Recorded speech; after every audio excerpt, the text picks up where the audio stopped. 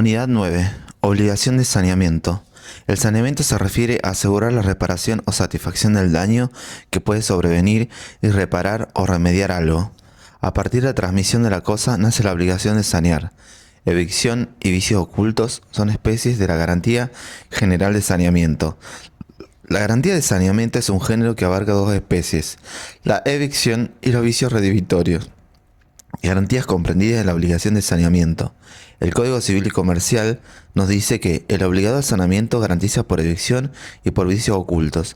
Esto significa que el sentido del instituto es resguardar el interés de quien adquiere un bien a título oneroso frente a los eventuales defectos del derecho transmitido, evicción, o ante la existencia de defectos ocultos en la materialidad de la cosa objeto del contrato, vicios ocultos o redimitorios. Naturaleza de la obligación de saneamiento. La obligación de saneamiento es un efecto natural en los contratos onerosos y en la partición. Su operatividad no requiere previsión convencional. Conforme se afirma en el artículo 1036, la responsabilidad por saneamiento existe, aunque no haya sido estipulada por las partes.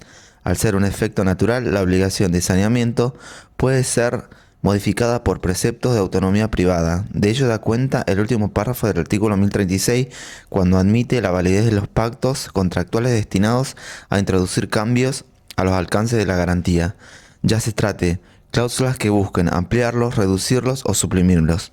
Sujetos responsables. Los sujetos obligados al saneamiento son el transmitente, quien ha dividido bienes con otros, sus respectivos antecesores, si han efectuado la correspondiente transferencia a título oneroso.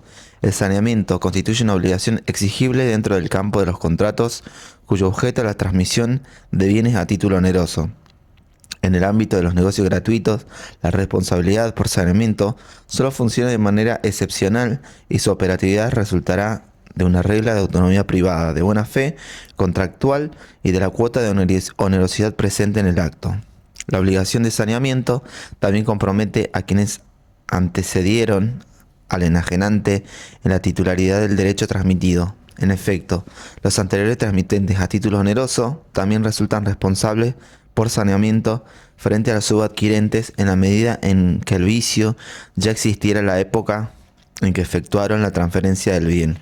Interpretación de la supresión y de la disminución de la responsabilidad por saneamiento. Dispone el Código Civil y Comercial en su artículo 1037. Las cláusulas de supresión y disminución de la responsabilidad por saneamiento son de interpretación restrictiva.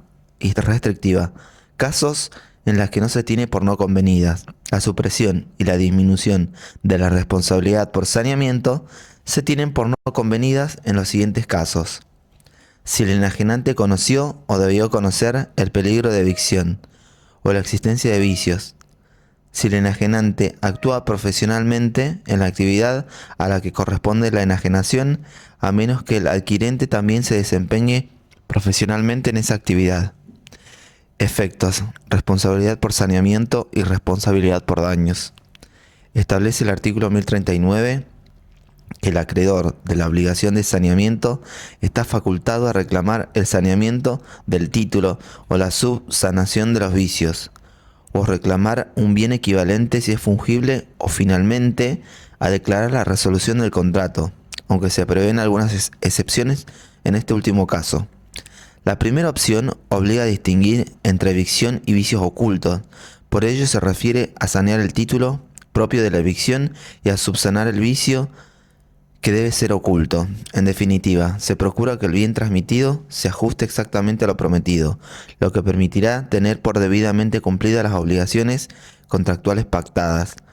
La segunda opción apunta a los bienes fungibles, esto es, aquellos bienes que reconocen la existencia de otro igual, con su misma calidad y especie, lo que los hace intercambiables. En tal caso, si el enajenante no tenía derecho para transmitir su propiedad a otro, o si la cosa tuviera defectos que la hacen impropia para su destino, deberá, a pedido del acreedor, entregarle otra idéntica, sin defectos materiales y con un título existente y legítimo.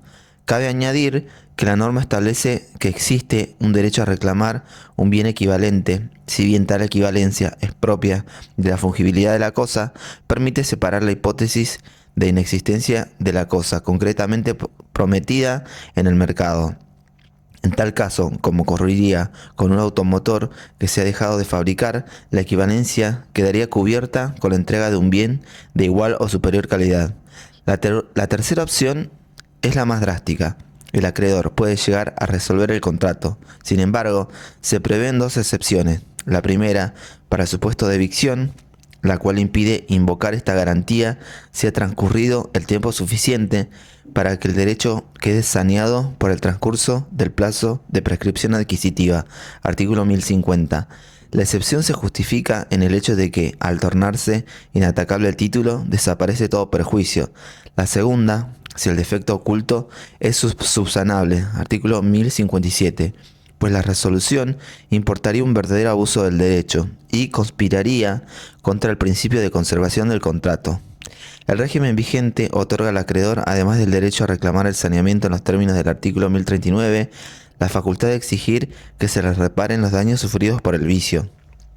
El Código Civil y Comercial, en su artículo 1040, nos dice que el acreedor de la obligación de saneamiento también tiene derecho a la reparación de los daños en los casos previstos en el artículo 1039, excepto si el adquirente conoció o pudo conocer el peligro de la evicción o la existencia de vicios, si el enajenante no conoció ni pudo conocer el peligro de la evicción o la existencia de vicios, si la transmisión fue hecha a riesgo del adquirente, si la adquisición resulta de una subasta judicial o administrativa. La exención de responsabilidad por daños prevista en los incisos A y B no puede invocarse por el enajenante que actúa profesionalmente en la actividad a la que corresponde la enajenación, a menos que el adquirente también se desempeñe profesionalmente en esa actividad. Pluralidad de bienes. En los casos en que la responsabilidad por saneamiento resulta de la enajenación de varios bienes, se aplican las siguientes reglas. Si fueron enajenadas como conjunto, es indivisible. Si fueron enajenados separadamente, es divisible, aunque haya habido una contraprestación única. En su caso, rigen las disposiciones aplicables a las cosas accesorias. Un supuesto particular se da cuando se enajenan varios bienes. En tal caso, hay que distinguir según sean enajenados como un conjunto o separadamente. Artículo 1041. En el primer caso, por ejemplo, la venta de un juego de muebles de comedor, la enajenación es indivisible.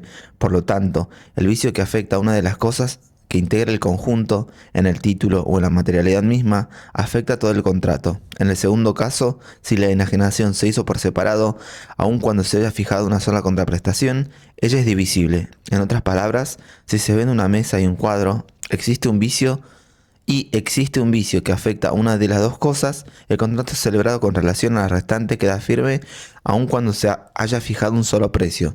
En este caso, habrá que tasar las cosas y determinar el precio de la cosa que sufre el vicio para descontarlo.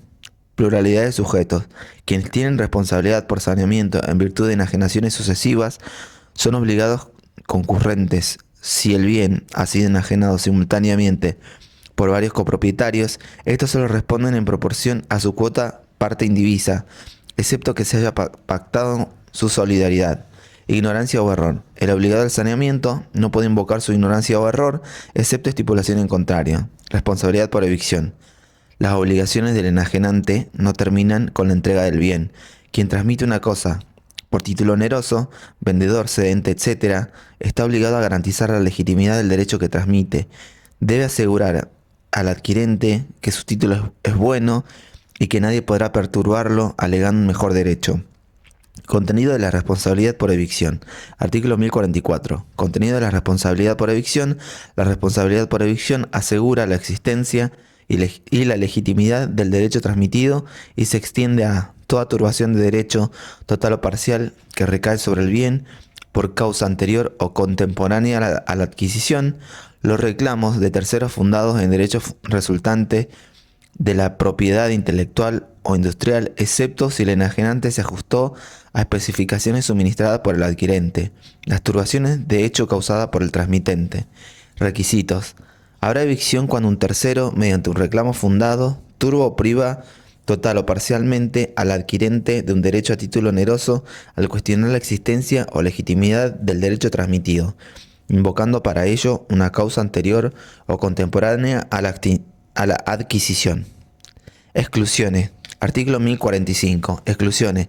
La responsabilidad por evicción no comprende las turbaciones de hecho causadas por terceros ajenos al transmitente, las turbaciones de derecho provenientes de una disposición legal, la evicción resultante de un derecho de origen anterior a la transferencia y consolidado posteriormente. Sin embargo, el tribunal puede apartarse de esta disposición si hay un desequilibrio económico desproporcionado. Defensa en juicio. Dispone el artículo 1046 que si un tercero demanda al adquirente en un proceso del que pueda resultar la evicción de la cosa, el garante citado a juicio debe comparecer en los términos de la ley de procedimiento. El adquirente puede seguir actuando en el proceso. Por lo tanto, el enajenante citado por el adquirente debe, en verdad, como se verá más adelante, puede comparecer a juicio en los términos de la ley de procedimiento. El Código Procesal Civil y Comercial de la Nación regula justamente en los artículos 105 a 110 la citación de evicción. La intervención del enajenante en el juicio se dirige, más que a defender al adquirente, a amparar a él mismo, a quien le interesa de manera primordial el triunfo en el pleito, cuyo resultado desfavorable vendría a pesar sobre él. Solo concebido como procedimiento tutelar del enajenante, se explica que el adquirente deba citarla a juicio y que, citado, su comparecencia a juicio sea meramente facultativa y no obligatoria. Citación por evicción. Establece el Código Civil y Comercial en el artículo 1046 que si un tercero demanda al adquirente en un proceso del que pueda resultar la evicción de la cosa, el garante citado a juicio debe comparecer en los términos de la ley de procedimiento. El adquirente puede seguir actuando en el proceso. El artículo mencionado dispone que el enajenante, garante de la responsabilidad de evicción, tiene el deber jurídico de comparecer al proceso cuando es citado en razón de la demanda planteada por un tercero contra el adquirente del bien, quien podrá seguir actuando en el proceso más allá de la intervención del transmitente. El adquirente debe citar al enajenante para que lo defienda o asista, pero también puede citarlo al tercero en el tiempo en el que tenga para contestar la demanda. El enajenante puede o no asistir al juicio a que hace al tercero el adquirente. Si a este último se le quita el derecho en pleito, se inicia una demanda contra el enajenante. Si no va, el adquirente se defenderá solo. Si no va y se pierde el juicio, es cosa juzgada. Si el enajenante asiste a la demanda, puede tener distintos roles, actuar como un tercero sin participar o asumir la defensa. Si asume la defensa puede ser defender un conjunto con el adquirente, va a reemplazar al adquirente. La citación tiene una doble finalidad. Sirve para que el enajenante tome conocimiento de la turbación al tiempo que evita la caducidad del derecho del adquirente turbado. Gasto de defensa. El garante debe pagar al adquirente los gastos que éste ha afrontado para la defensa de sus derechos. Sin embargo, el adquirente no puede cobrarlos ni efectuar ningún otro reclamo si no citó al garante al proceso. Citó al garante y aunque éste se allanó, continuó con la defensa y fue vencido, esa citación determinará que el garante deba pagar al adquirente los gastos en los que razonablemente haya tenido que incurrir para la defensa de sus derechos, salvo que se trate de alguna de estas situaciones. El garante no haya sido citado al proceso por el adquirente, quien entonces deberá cargar con las consecuencias de la inejecución de tal carga procesal, o el garante citado se haya allanado a la acción planteada por el tercero, no obstante lo cual al adquirente continuó con el proceso y fue vencido. La citación, aun cuando el enajenante no comparezca a estar a derecho, determina la oponibilidad a él de la sentencia que se dicta en el proceso. Si el adquirente es vencido, nace en cabeza del enajenante debidamente citado la obligación de restituir a aquel el precio recibido, los gastos en los que debía incurrir para ejercer su defensa, y si el transmitente es de mala fe, la indemnización de los perjuicios que pudo haber sufrido en razón de la adquisición devenida ineficaz, incluyendo las mejoras. Cesación de la responsabilidad. Artículo 1048. Cesación de la responsabilidad. En los casos en que se promueve el proceso judicial, la responsabilidad por evicción cesa si el adquirente no cita al garante o lo hace después de vencido el plazo que establece la ley procesal, Si el garante no comparece al proceso judicial y el adquirente, actuando de mala fe, no pone las defensas pertinentes, no las sostiene o no interpone o no prosigue los recursos ordinarios de que dispone contra el fallo desfavorable, si el adquirente se allana la demanda sin la conformidad del garante o somete la cuestión a arbitraje y el laudo le es desfavorable. Sin embargo, la responsabilidad subsiste si el adquirente prueba que, por no haber existido oposición justa que hacer al derecho del vencedor, la citación oportuna del garante por evicción o la interposición o sustanciación de los recursos eran inútiles o que el allanamiento o el laudo desfavorable son ajustados a derecho, casos en los que el acreedor puede pedir la resolución. Artículo 1049. Régimen de las acciones.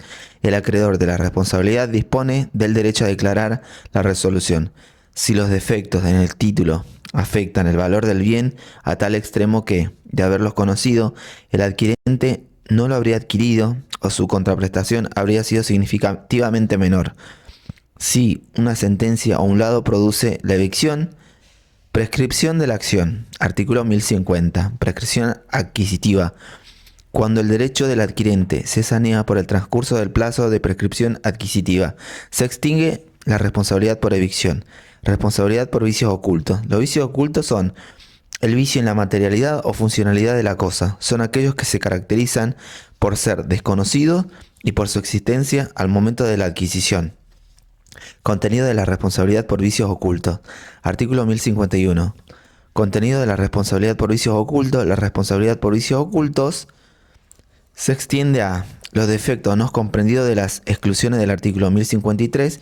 Se refiere a los defectos del bien que el adquirente conoció o debió haber conocido mediante un examen adecuado a las circunstancias del caso al tiempo de la adquisición, y de los defectos del bien que no existían al tiempo de la adquisición. Así, la garantía alcanza a los defectos ocultos del bien que el adquirente no pudo haber conocido mediante un examen adecuado al tiempo de la entrega, los defectos ocultos del bien con relación a los que se haya hecho reserva expresa, los defectos ocultos del bien que existían al tiempo de la adquisición, los vicios redivitorios, considerándose tales los defectos que hacen a la cosa impropia para su destino, por razones estructurales o funcionales, disminuyen su utilidad a tal extremo que, de haberlos conocido, el adquirente no lo habría adquirido o su contraprestación hubiese sido significativamente menor.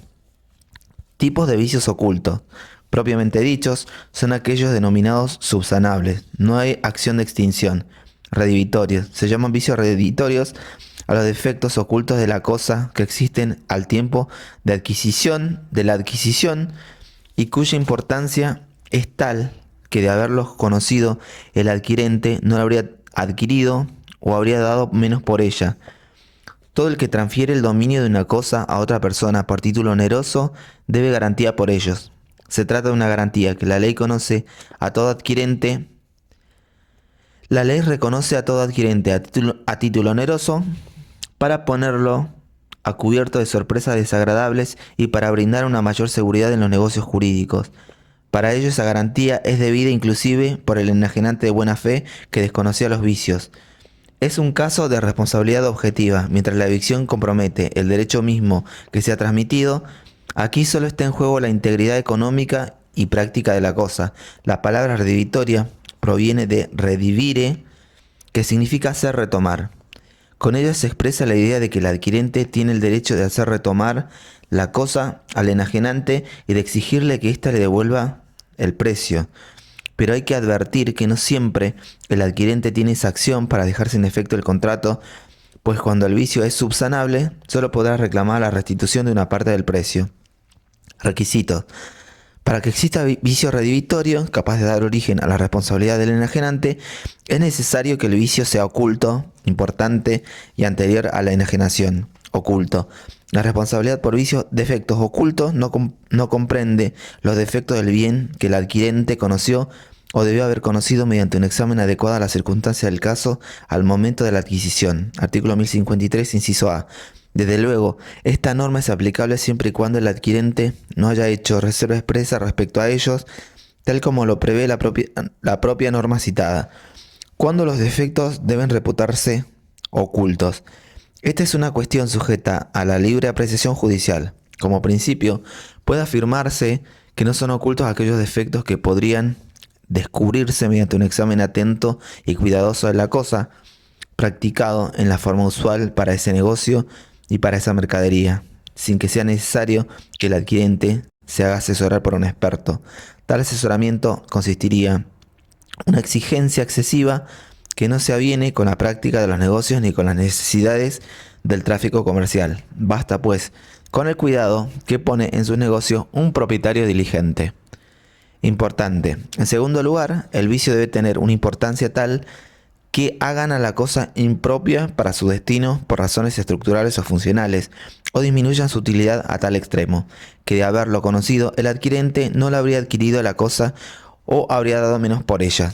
Anterior a la enajenación, solo los vicios que existían al tiempo de la adquisición de la cosa, al momento de la tradición, pueden dar fundamento a una queja del adquirente. Artículo 1053, inciso B.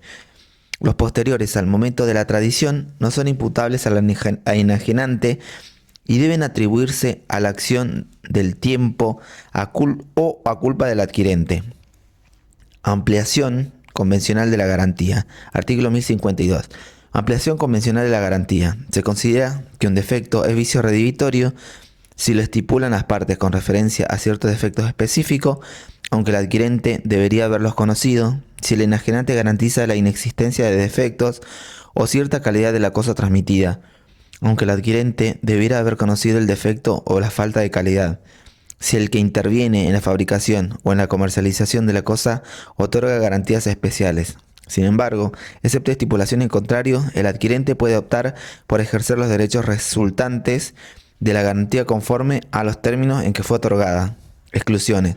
Artículo 1053. Exclusiones. La responsabilidad por defectos ocultos no comprende los defectos del bien que el adquirente conoció o debió haber conocido mediante un examen adecuado a las circunstancias del caso al momento de la adquisición, excepto que haya hecho reserva expresa respecto de aquellos, si reviste características especiales de complejidad y la posibilidad de conocer el defecto requiere cierta preparación científica o técnica. Para determinar esa posibilidad se aplican los usos del lugar de entrega. Los defectos del bien que no existían al tiempo de la adquisición, la prueba de su existencia incumbe al adquirente, excepto si el transmitente actúa profesionalmente en la actividad a la que corresponde la transmisión. Ejercicio de la responsabilidad por defectos ocultos. Artículo 1054. Ejercicio de la responsabilidad por defectos ocultos. El adquirente tiene la carga de denunciar expresamente la existencia del defecto oculto al garante dentro de los 60 días de haberse manifestado. Si el defecto se manifiesta gradualmente, el plazo se cuenta desde que el adquirente pudo advertirlo. El incumplimiento de esta carga extingue la responsabilidad por defectos ocultos, excepto que el enajenante haya conocido debido conocer la existencia de los defectos.